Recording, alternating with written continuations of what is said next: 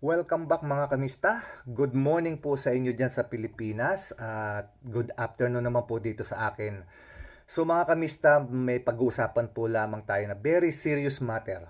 Kung ikaw ay isang magulang o may kapatid na nag-aaral o may kamag-anak na nag-aaral o basta nasa eskwelahan, pakinggan mo po ito. Pakinggan po ninyo at pag-usapan po natin ang mga bagay tungkol po dito sa pagkamatay ng isang estudyante na hindi natin malaman kung ito ba ay hazing or torture.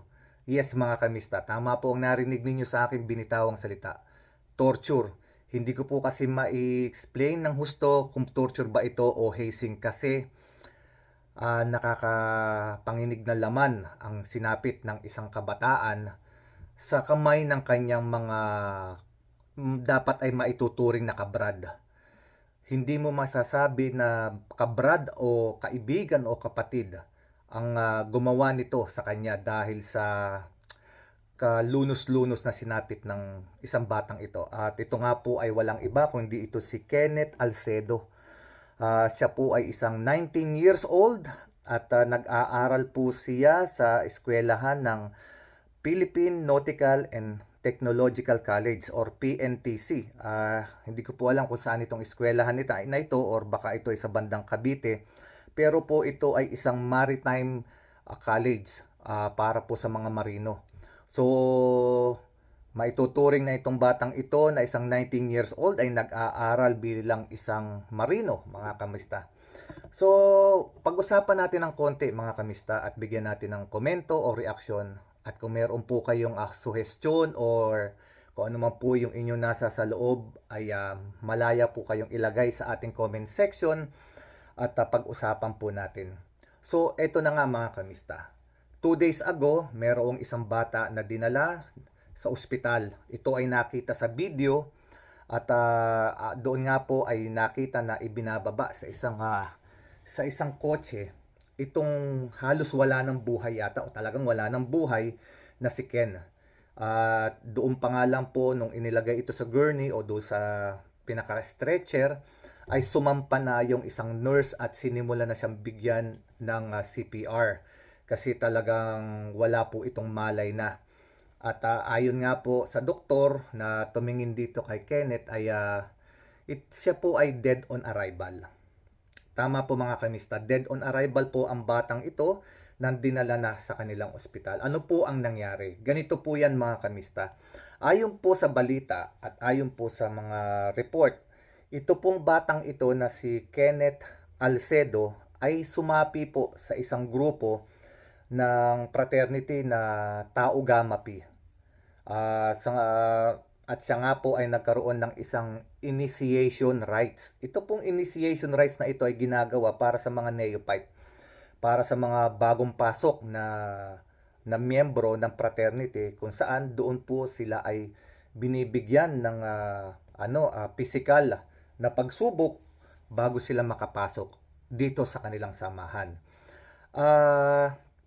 Ayon po sa magulang, itong si Kenneth ay nagpaalam na gagawa lamang po siya ng project.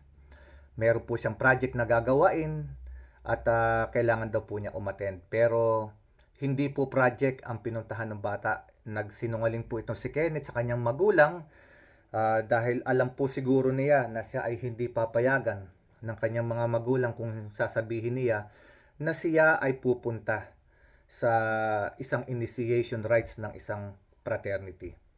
At sa kasauwi ang palad nga po mga kamista, ang batang ito ay namatay sa kamay po ng kanyang supposed to be na kanyang magiging kapatiran o mga brother sa isang samahan.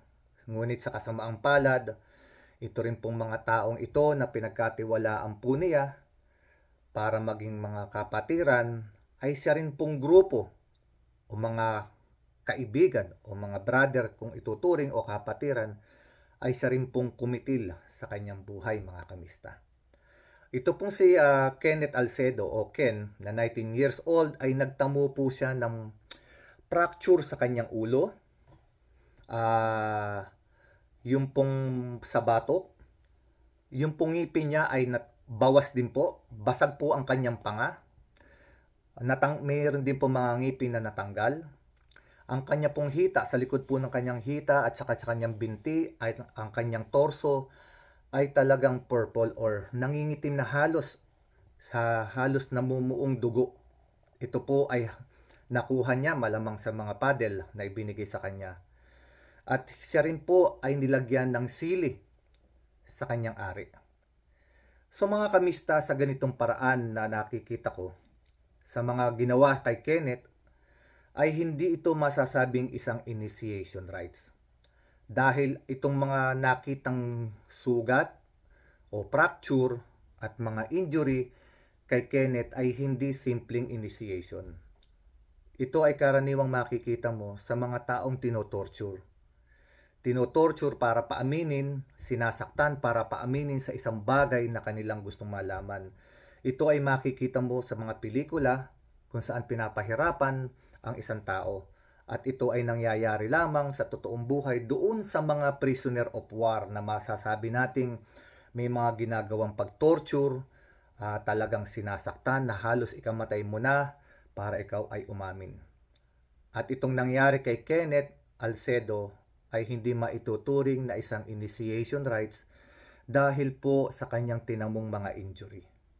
Biruin nyo mga kamista, sinong isang brother o maituturing mong magiging kapatid sa isang samahan ang papalo sa iyong ulo at para magkaroon ka ng fracture sa iyong ulo? Sinong kasamahan o kaibigan o magiging kapatid sa kapatiran ang sasapak o magbibigay ng sobrang lakas na blow sa iyong panga upang ito ay madislocate? Sino ang isang tao na magiging supposed to be na iyong kapatid ang magbibigay ng sobrang lakas na blow para matanggal ang iyong ngipin? Sino ang isang tunay na magiging kapatiran mo sa isang samahan ang maglalagay ng sili sa iyong ari? At bakit kailangan bigyan ng sili o lagyan ng sili ang pag-aari o ang isang maselang pag-aari nitong si Kenneth Alcedo? Sino ang magbibigay ng sobrang palo at malalakas na palo sa isang batang 19 anyos na halos maging mangitim na ang kanyang hita at binti sa dami ng tinanggap niya na paddle? Mga kapatid, mga kamista, bilang isang magulang at bilang isang tao, we as a human being, hindi natin ito kayang tanggapin. Kasi ito ay karumal-dumal. Karumal-dumal in a sense na hindi ito makatao. Hindi ito katanggap-tanggap sa ating lipunan bilang isang mga mabubuting mamamayan. Ako po ay naaawa na halos maiyak talaga. Kasi ako po ay isang magulang. Kasi may anak din ako na ayaw ko siyempre sa akin bilang magulang ay hindi ko matatanggap na may mangyaring masama o masaktan ang aking anak. Halos maiyak ako o sa galit o sa awa sa kanyang mga magulang dahil sa sinapit ng kanilang anak. Nagagalit ako dahil bilang isang magulang, bakit merong mga tao na gagawa nito sa iyong anak? Ang damdamin ko ay nasa magulang po talaga nitong biktima na si Kenneth Alcedo. Ako ay lubos na nalulungkot, nahahabag at na may halong galit. Alam ko siguro o hindi natin masasabi kung gaano kasakit ang sinasapit ngayon ng mga magulang nitong si Kenneth Alcedo, na halos nung makita ko ang video noong dumating ang bangkay ng kanilang anak sa kanilang bahay na nakalagay sa kabaong, ay walang bukang bibig na sinisigaw ng kanyang ina, bakit ninyo ginawa ito sa aking anak? It breaks my heart. It breaks my heart, mga kamista. Kasi masakit mawalan ng isang mahal sa buhay. Lalo na kung ito ay iyong anak. Dahil may kasabihan tayo, mga kamista, na ang anak daw po ang naghahatid sa kanyang magulang sa kanilang huling hantungan.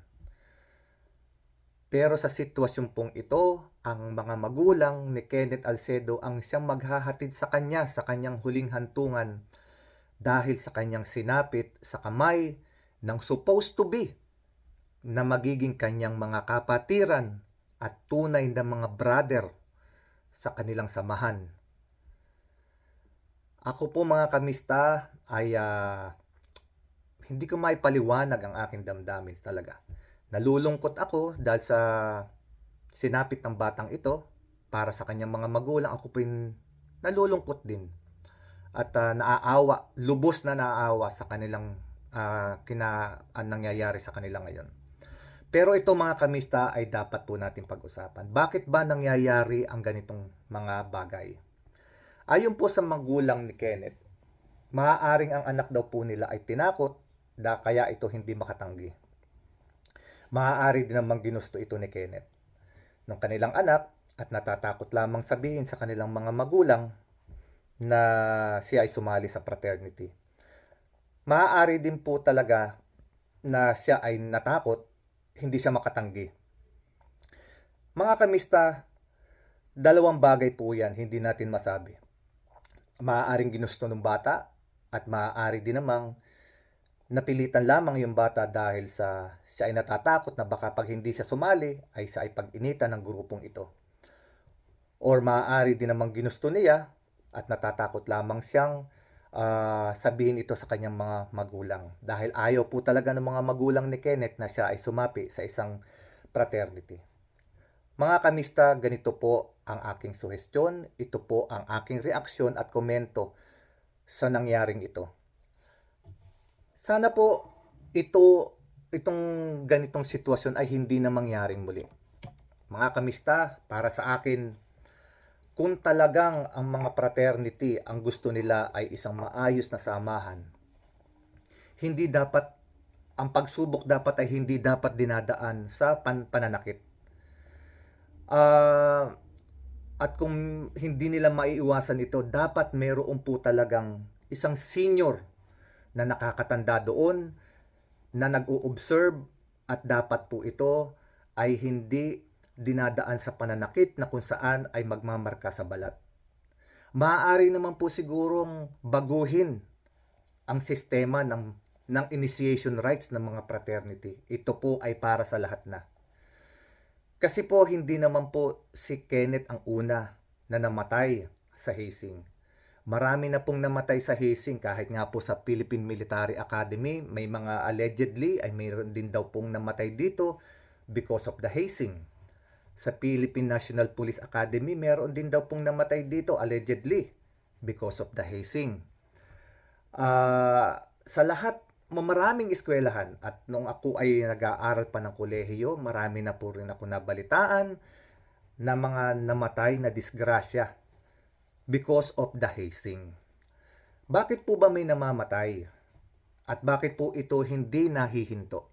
Unang-una mga kamista, hindi nahihinto ang hazing dahil yung mga tumanggap ng hazing before na miyembro na ng mga fraternity, sila ay gumaganti. At minsan ay nawawala na sila sa kontrol. Dahil sila po ay nasaktan din nung dati, so yung kanilang mga ni-recruit ay doon sila gumaganti. Yan po ang kultura na nagkakaroon ng chain reaction. Paulit-ulit, hindi maihinto kasi yung nag-recruit ay nakatanggap din ng pananakit sa kapwa niya brother, sa kapwa niya kapatiran. At kaya naman po sa kanyang recruit, doon siya bumabawi. At dahil nga po minsan ay nawawala sa kontrol, sila po nanggigigil at napupunta sa pananakit na ng sobra-sobra. At kung ang nagbibigay po ng initiation rites ay 5, 10, at kung talagang sobra-sobra at walang nagbabantay at walang nagbibigay ng tawag dito ng patnubay na hindi dapat mangyari yon, ay mauuwi po talaga sa pagkamatay ng isang neophyte o ng isang recruit. Mga kamista, siguro ito ay panahon na para din po wakasan na talaga yung pananakit o yung pagkamatay sa mga hazing. Dapat po may managot kasi. Bakit po kinakailangan may managot? Para mahinto ang ganitong sistema, ang pagbibigay ng mga initiation na nakakasakit at nakakamatay. Paano po ba? Ito ay suhestyon lamang. Sana baguhin ang batas, hindi po lamang basta kasi meron tayong anti-hazing law. Opo, mananagot po yung nandoon sa nasa hazing, yung nanakit at yung kung sino yung mga nandoon. Pero may mga lawyer din po yan eh. Lumalaban po yan. Kaya po malalakas ang loob nitong mga nagbibigay ng initiation na to. Meron din silang mga lawyer eh. Mga bigating lawyer pa nga at mismo mga brother din nila. O ang kanilang mga abogado. Kaya po malalakas ang kanilang loob. Ang akin po mga kamisa, dapat baguhin na ang batas. Hindi lamang basta anti-hazing law. Dapat po mga kamista, automatic, pag kami namatay na estudyante dahil sa hazing, dapat managot din po ang eskwelahan. Pag wala pong nananagot na eskwelahan, pag hindi sila nabibigyan ng penalty na malalaki, pag hindi po sila nananagot ay hindi po ito iniintindi o hindi binibigyan ng malaking importansya ng mga eskwelahan. Halimbawa, kung meron po sanang ganitong insidente na nangyari, dapat mo managot ang eskwelahan. Ano po ang dapat na mangyari? Halimbawa lamang, dapat po kung merong nangyaring ganito na ang eskwelahan ay nasangkot dito sa initiation at sasabihin lang hindi nila alam, dapat po ang pananagutan nila, sila ay hindi pwedeng tumanggap ng enrollment for the next 2 years. Napakabigat po na di po ba? Paano kala ko lang yan? Dapat po sila ay maparusahan na hindi na sila po pwedeng tumanggap ng enrollment for the next 2 years. Dapat po sila ay magmulta ng hindi bababa sa 5 milyong piso sa bawat estudyante na madidisgrasya. At dapat po meron ding policy ang mga eskwelahan na pagka merong mga fraternity na nandoon sa eskwelahan at nanakit, dapat po ma-expelled lahat ang miyembro ng fraternity na nandoon sa eskwelahan. Bakit ko po ito nasabi? Unang-una mga kamista, pag walang accountability, tuloy-tuloy lamang na nangyayari ito. Bakit hindi natin taasan ang mga penalty ng mga eskwelahan? Para sa ganun, totohanin din nila ang pagbabantay sa kanilang mga estudyante. May pananagutan sila. Hindi dapat simpleng pananagutan lamang. Kailangan mabigat na pananagutan ang ipasa sa eskwelahan para ang mismong eskwelahan ang magbantay sa kanilang mga estudyante. Dahil itong eskwelahan ang pangalawang bahay ng mga estudyante. Ipinagkatiwala ng mga magulang ang kanilang anak sa eskwelahan upang matuto. Kaya naman dapat sila ay dapat ding managot dahil tayo ay nagbabayad ng tuition fee, hindi po ito libre. Panahon na para gumawa ng mga batas para higpitan ang mga eskwelahan din, para ang mga eskwelahan din ay gumawa rin ng batas para sa sarili nilang interes na hindi masisira ang kanilang reputasyon bilang isang institusyon na nagtuturo ng karunungan sa mga estudyante nila. Halimbawa mga kamista, kung matutuloy lamang po talaga, ito'y aking suggestion po lamang kung mayroong makarinig na mambabatas. Sana po para maiwasan na ang pagkamatay o pananakit o mabago ang sistema ng hazing sa mga prat kung hindi maiwasan. Sana mabago na. Sana ang eskwelahan ay maparusahan din ng mabibigat na parusa na kung may mamatay na estudyante dahil sa hazing, dahil sa kanilang kapabayaan, dahil hindi nila ito minomonitor, dapat 2 taon na hindi sila po pwedeng tumanggap ng any enrollees.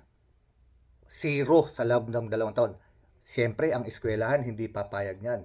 Gagawa sila ng paraan para hindi na maulit yun. Para ipagbutihin nila ang kanilang pagbabantay sa kanilang mga estudyante. Dapat magmulta rin ang eskwelahan. na hindi bababa sa 5 milyong piso ang ibabayad na danyo sa pamilya. At dapat din i-expelled ang lahat ng mga miyembrong present doon sa tawag dito, sa initiation. Kung 20 ang taong nandoon sa initiation na yun, dapat yung 20 estudyante na iyon at yung kanilang mga estudyante, ma-expelled lahat dapat sila at hindi na sila muling tanggapin pa sa lahat ng eskwelahan. That way, magiging responsable ang mga estudyante, ang ating mga fraternity na naayusin nila ang kanilang hanay. And at the same time, babaguhin na nila ang initiation rights. Hindi na sakitan. Kailangan public service, mga kamista. Public service sa mga nananawagan tayo sa mga prat. Alam ko na marami diyang prat naman matitino pa. Hindi naman lahat yan ay masama. Hindi rin masama ang prat dahil kung ang hangarin ay makatulong at magpalawak ng miyembro para sa isang magandang organisasyon na makakatulong sa tao, baguhin lamang ang initiation. Kailangan ng maputol. Bakit hindi po natin sa lahat ng mga fraternity, bakit hindi po natin daanin sa isang lahat ng mga neophyte ay magkakaroon ng community service na lamang po? Bakit hindi gano'n na lamang? Community service na lang ang ibigay para ipakita na meron silang t-shirt dito. Halimbawa, Tau Gamma, Neophyte, sa loob ng 6 na buwan, ikaw ay magiging miyembro magiging tawag dito, yung under observations at ikaw ay mag-undergo ko sa mga activities na ipapagawa sa iyo ng iyong mga brad tungkol sa pagsisilbi sa community. Na halimbawa, every weekend, meron kayong drive na gagawain, tutulong kayo sa community, meron kayong mga activities na gagawin na makakatulong sa mga estudyante, sa mga elementary school. Sa ganung paraan, mga kamista, kung dadaanin lamang sa tamang proseso ang pagsali sa isang organisasyon o isang prat sa pamamagitan ng community service, mas lalong gaganda ang ating mga prat o ang ating mga organization sa mga eskwelahan. At dapat ganito, hindi dapat nire-recruit ang mga estudyante. Hindi dapat yan nilalapitan o pinupuntahan. Dapat magkaroon kung mayroong mga prat sa bawat eskwelahan, sa tuwing enrollment period, dapat may mga lamesa kayo. Nakalagay doon kung ito'y para sa eskwelahan. Bigyan ninyo ng puwang ang inyong mga fraternal organization sa eskwelahan, bigyan sila ng pwesto, ng lamesa, tuwing enrollment. Halimbawa, Tau Gamma, Apo, o kahit na ano paman na organization, may lamesa sila dyan. Bawal silang mag-recruit. Kailangan ang recruitment nila ay manggagaling sa kusang loob ng mga estudyante na lalapit sa kanila upang mag-member. Bawal ang recruitment. Bawal ang lapitan ng isang estudyante dahil para walang masabi na nai-intimidate. Kinakailangan ang estudyante mismo bago ang lalapit sa lamesa ng halimbawa ng isang fraternity at sasabihin niya, ano ba ang inyong goal? Kasi dapat nakahanda kayo. Alam niyo dapat ang goal niyo para pag may lumapit sa inyo, isasabihin niyo, ganito ang aming grupo, ganito ang aming prat, makakatulong ito sa iyong pag-aaral. Yung mga ganong bagay. Kailangan hindi recruitment na kayo ang lumalapit. Kailangan yung bata mismo na bagong estudyante ang lalapit sa inyo dahil may alam siya at nababalitaan niya na maganda ang inyong fraternity dahil yon ay makakatulong sa kanyang pag-aaral at sa kanyang pagtatapos bilang estudyante. At alam niya na siya ay hindi sasaktan para lamang maging miyembro ng isang fraternity. Sana mabago na. Mabago na po sana ang sistema sa nitong mga ating mga kapatiran sa mga fraternity. Hindi po ito masama. Alam naman natin meron naman yang magagandang goal. Pero sana po baguhin na lamang po natin ang sistema ng initiation rights ninyo. doon sa mga neophyte. Sana daanin na lamang natin sa mga educational o mga community service ang pagtanggap ng ating mga miyembro. Hindi na dapat yung kinakailangan pampaluin. Dapat tanggalin na yung sistema ng bigayan. Kahit na may... Kasi hindi natin makokontrol ang gigil ng ating mga miyembro. Yan po ang dapat talagang mawala. Mga kamista, mahabang usapin ito pero puputulin ko na kasi I hope sapat na yung nasabi ko, na opinion ko, reaction ko. At kung kayo po ay may komento o reaksyon o suhestyon tungkol po dito sa ating topic na ito, pakilagay lamang po sa comment section. Inuulit ko po, ako po ay nakikiramay sa pamilya ni Kenneth Alcedo. Sa mga langit nawa ang kanyang kaluluwa, may he rest in peace and may he receive justice. Justice po, mga kamista. Justice for Kenneth Alcedo. Makamtan po nawa ng pamilya at ni Kenneth ang tunay na hustisya sa kanyang pagkamatay. Panagutan po sana talaga ng mga kapatiran at supposed to be kapatiran niya ang pagkamatay ni Kenneth. At doon sa kapatiran po ng mga Taogama, hindi po natin kayo kinukundina, pero sana po bilang isang matitunong grupo, sana isuko ninyo ang inyong mga miyembro na may pananagutan at nabigyan ng hustisya at mahinto na ang ganitong sistema ng pagbibigay ng initiation sa inyong mga neophyte. Sa ating mga iba pang mga pratyan, organization, baguhin na po natin. Daanin na lamang po natin sa isang mabuti at magandang educational at community service. Kailangan po natin yung community service. Gamitin po natin yung mga neophyte natin. Kailangan po ng ating Pilipinas yan, ng ating bayan. Papagliwalisin nyo, paglilisin ninyo. Para talagang makita ninyo kung saan, hindi yung sasaktan para lamang malaman kung hanggang saan ang kaya niya. Mahirap po yun. Maraming nadidisgrasya dyan. At hindi matitigil ang ganyang klase ng kultura kung hindi po puputulin ngayon pa man. So mga kamista, maraming pong salamat. At sa ating mga subscriber, thank you very much sa inyong panonood. Sana po patuloy niyo po akong subaybayan at tawag dito. Pasensya na po kayo, medyo naano ko talaga doon sa nangyari doon sa bata at sa mga magulang, naaawa po ako. So maraming salamat po sa inyong panonood. Sa pamilya Salcedo, condolences po galing po sa amin lahat ng mga subscriber ko ng mga kamista. At sumalangit naman ang kaluluwa ni Kenneth Alcedo at makamtanawa niya at ng kanyang pamilya ang hustisya na para po sa kanila. Maraming po salamat. Hanggang sa muli. Assalamualaikum sa ating mga kapatid na Muslim. God bless us all.